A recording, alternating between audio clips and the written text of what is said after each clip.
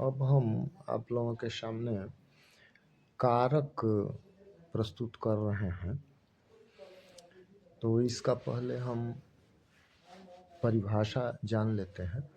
संज्ञा और सर्वनाम के जिस रूप से वाक्य के शब्दों के साथ संबंध प्रकट होता है उसे कारक कहते हैं। अब इसको थोड़ा और समझ लीजिए कि क्रिया के करने में जो सहायक हो उसे कारक कहते हैं। ये जिसे उदाहरण इसमें दे ना कि राम ने रोटी खाई, तो ये खाई जाने वाली क्रिया जो है राम के द्वारा, तो ये ने चिन्ह जो बीच में है, तो ये रोटी खाई जाने वाली, अब रोटी है और राम के बीच में संबंध जोड़ता है ने, और तब खाने की क्रिया होती है। तो इस तरह से इसका है। तो इसका अर्थ आप क्रिया को करने वाला या क्रिया से संबंध रखने वाला को कारक कहते हैं। क्रिया को करने वाला या क्रिया से संबंध रखने वाले को भी कारक के अर्थ में लिया जाता है। अब इसका पूछिएगा कार्य क्या है, तो वाक्य में संज्ञा या सर्वनाम की भूमिका, कर्ता कर्म आदि तय करना और क्रिया से उसका रिश्ता जोड़ना, ये कारक का कार्य है।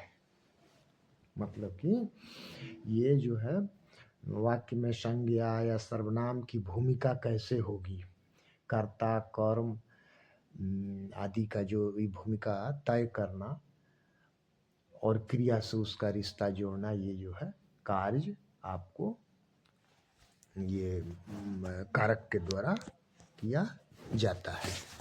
तो इसको शुरू में थोड़ा सा समझ लेने से शाब्दिक अर्थ जो है ना मेन बता रहा है। ये कारक भाई करने ही वाला मेन कार्य जो किया जा रहा है, तो कारक इसको कहा ही जाता है। तब इसमें उदाहरण देख लीजिए, पेड़ से फल टपका, तो फल कहाँ से टपका, तो पेड़ से टपका। तो एगो संबंध लेकर के इस सेंटेंस को जो है अर्थपूर्ण बना रहा है। प्यासे के लिए पानी दो, तो इस सब के लिए, भिखारी को भीख दो को, आ पेड़ से और राम ने, तो ये सब कर्ता का चिन्ह है।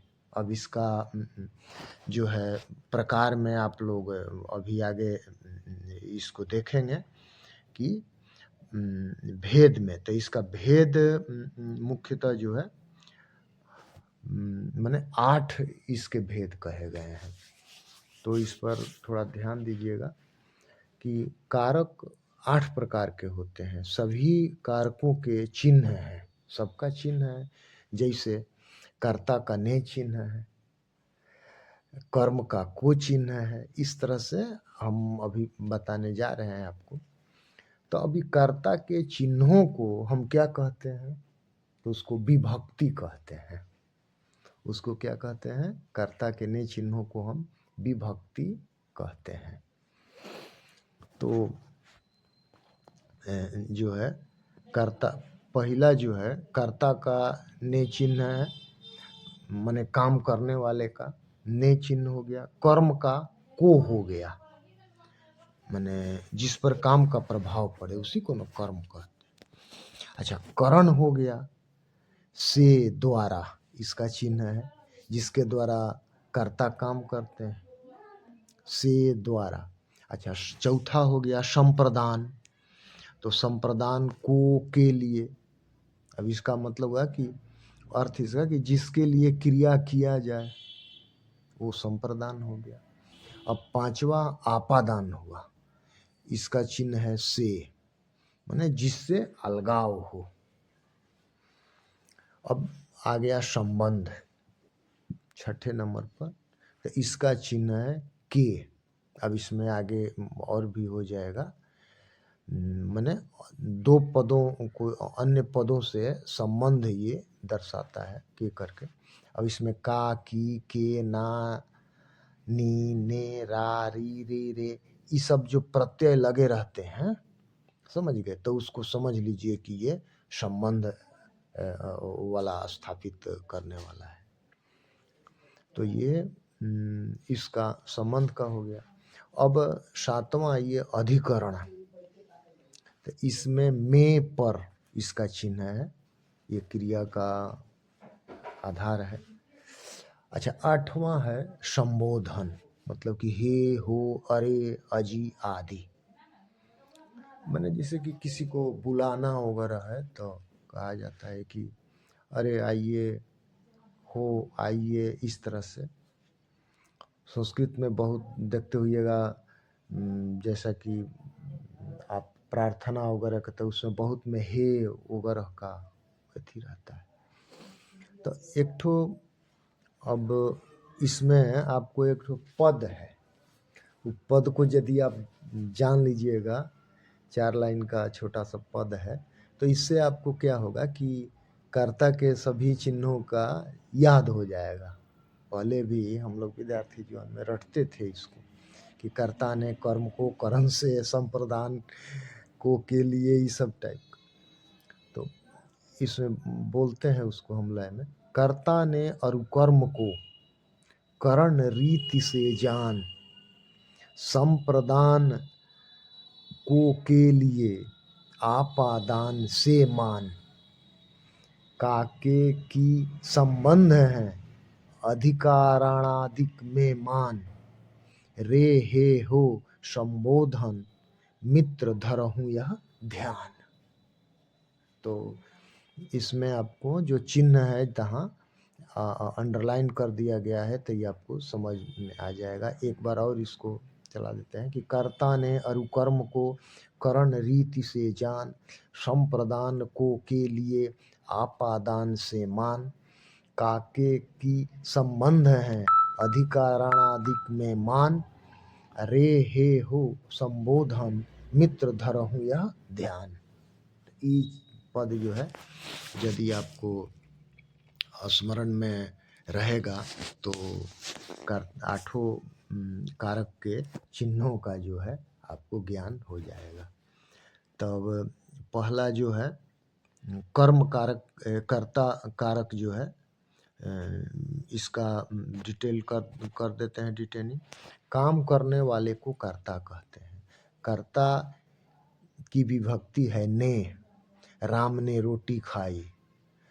अच्छा, अब इसमें थोड़ा सा यहाँ एक तो समझना होगा कि राम रोटी खाता है।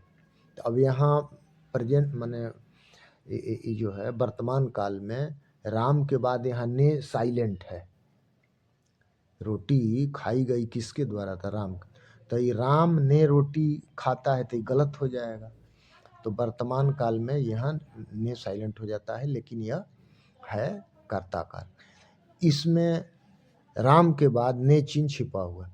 अच्छा, भूतकाल में ये ने का चिन्ह जो है प्रकट हो जाता है। जैसे मोहन ने पुस्तक पढ़ी, राम ने रोटी खाई, तो ये भूतकाल हो गया, तो इसमें ने प्रकट हो जाता है, आसानी होगा।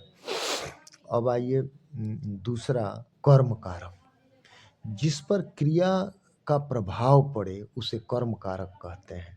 इसकी विभक्ति है को। जैसे माली फूल लाता है, अब यहाँ भी को चीज छिपा हुआ है। माली लाता है, कौन चीज लाता है? तो फूल को लाता है, लेकिन यहाँ सेंटेंस गलत हो जाएगा, तो यहाँ साइलेंट है। अब यही चीज जब भूतकाल में जाएगा तो ने चिन्ह ये जो है को चिन्ह प्रकट हो जाएगा। अब यहाँ फूल के बाद वर्तमान काल में छिपा हुआ है को। अब माली ने पौधों को सींचा, तो यहाँ ने भूतकाल है तो प्रकट हो गया। उन्होंने समस्याओं को सुलझाया, मजदूरों को मजदूरी मिल गया। तो इस तरह से ये आपको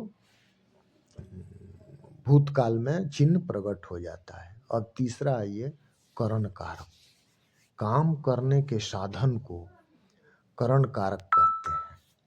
इसकी विभक्ति है से। जैसे मैं कलम से लिखता हूँ। कौन से लिखता हूँ? तो कलम से। धोती पीले रंग से रंगी है।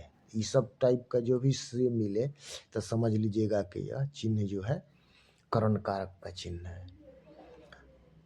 अच्छा, श्याम चाकू से सब्जी काटता है।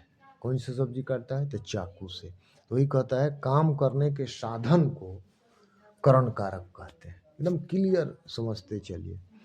अब चौथा है संप्रदान कारक। जिसके लिए काम किया जाए उसे संप्रदान कारक कहते हैं। इसकी विभक्ति है को के लिए। प्यासे को पानी दो, संकट के लिए तैयार रहो, मेरे लिए पुस्तक लाओ। तो ये सब जो है आपको संप्रदान कारक में आ जाएगा। अब अपादान कारक है पांचवा। जिससे अलगाव का बोध हो उसे अपादान कारक कहते हैं। इसकी विभक्ति से है। जैसे वर्ग से, जैसे छात्र वर्ग से निकल गए, कहाँ से अलग हो गए? तो छात्र एथी से, वर्ग से। बंदूक से गोली छूटी, ये सब आपको अपादान कारक में आ जाएगा।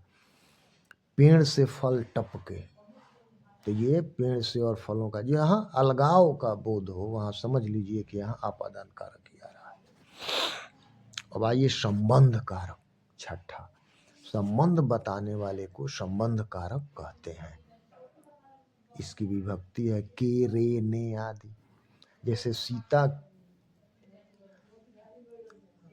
को, चाहे सीता के बेटा हुआ, वह अपने घर गया, यह मेरे साथ हुआ। तो ये जो है के, रे, ने, ये सब जो है आपको संबंध का चिन्ह हो जाता है, संबंध बताने वाले को। अच्छा, सातवां में आते हैं आप, तो अधिकरण कारक है। आधार बताने वाले को अधिकरण कारक कहते हैं। इसकी विभक्ति है में पर। जैसे टेबल पर पुस्तक रखी हुई है, आधार क्या है वहाँ उसको रखने का? था टेबल। गमले में फूल खिला हुआ है, तो ये में चिन्ह का मतलब कि ये अधिकरण है। कहाँ फूल खुला हुआ है? तो गमले में। दरवाजे पर कुत्ता बैठा हुआ है, कहाँ बैठा हुआ है? तो दरवाजे पर। माने उसका आधार निश्चित है। टोकरी में फूल रखा हुआ है, कहाँ रखा हुआ है? तो टोकरी में। तो जहाँ ये सब आवे समझ लीजिए कि यह अधिकरण कारक है। अच्छा, संबोधन कारक, हे, अरे, हो, तो ये तो समझ में आ जाता है कि भाई कहाँ से ही है। तो इसको देखते ही अरे रे जैसा ही लगे, उसके बाद कहीं कहीं इसमें देखते हुईएगा तो विस्मयादि बोधक चिन्ह भी लगता है। तो इस तरह से ये आपको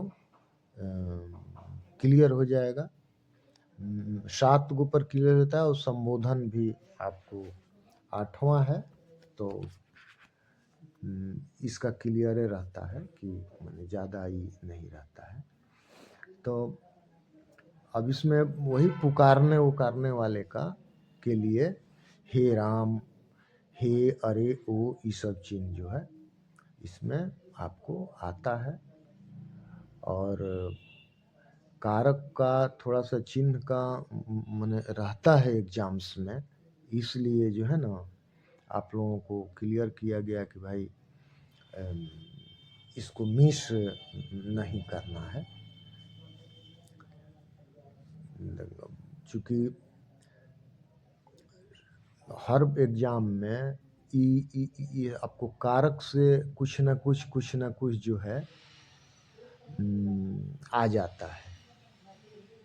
तो इसको पकड़ के रखिएगा। वो पद जो इसमें बताया गया है उसको यदि स्मरण में आप रख लेते हैं तो फिर आपको पकड़ने में तुरंत आसानी होगी। या इसमें जो अर्थ सहित आपको हर का चिन्ह क्या है, क्या उसका मतलब हुआ, ये सब चीज़ आपको बता दिया गया, तो कहीं आपको दिक्कत नहीं होनी चाहिए। ठीक है, ओके।